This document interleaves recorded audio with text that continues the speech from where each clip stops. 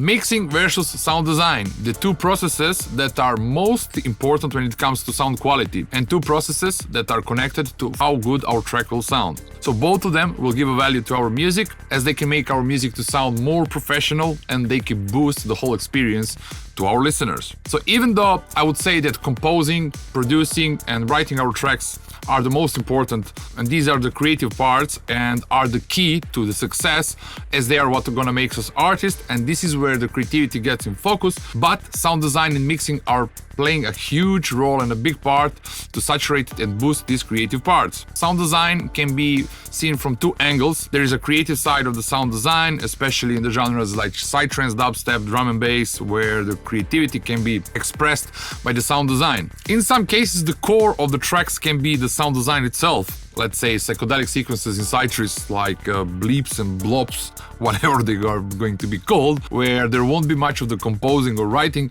but there will be a lot of movement created by programming a certain modulations on sequences, which is fully sound design process. This is currently the most popular in Psytrance. The key process for successful dark side or twilight tracks is mostly the sound design. Of course, the other processes are included, but I would say that sound design is the key for having a successful tracks in these subgenres of Psytrance. Also, sound design can have a huge role to the sound quality. If you take the example of the kick and the bass, in mixing we cannot do much, as the mixing is about balance and clarity. It's taking all the sounds from sound design and arranging them in a way that's gonna fit better and to sit perfectly in the mix. This involves like levels, panning, EQ, and sometimes adding effects like reverb or compression to enhance the overall sound. Sound design is the art of creating the sounds themselves. It's about crafting unique textures, atmospheres, sonic elements, but as well kicks and snares and bass lines, hi-hats, and all of them are making up the whole track. Of course, I must take the example of the Psytrance drums, especially the kick and the bass, as we all know how important they are, as they are the most repeated elements in our tracks, and we all know how good or bad they can sound, which will be the most important to our track's sound quality. Now, from the mixing side, beside leveling, EQ, panning, and fixing the dynamics, we won't be able to change much. Example of the kick that ends on 60 Hz, we won't be able to make it sound deeper and more powerful in the lower frequencies. We can boost these frequencies for a big amount, but that won't be the best possible solution. By boosting these lower frequencies that are not existing or which are super low in the volume,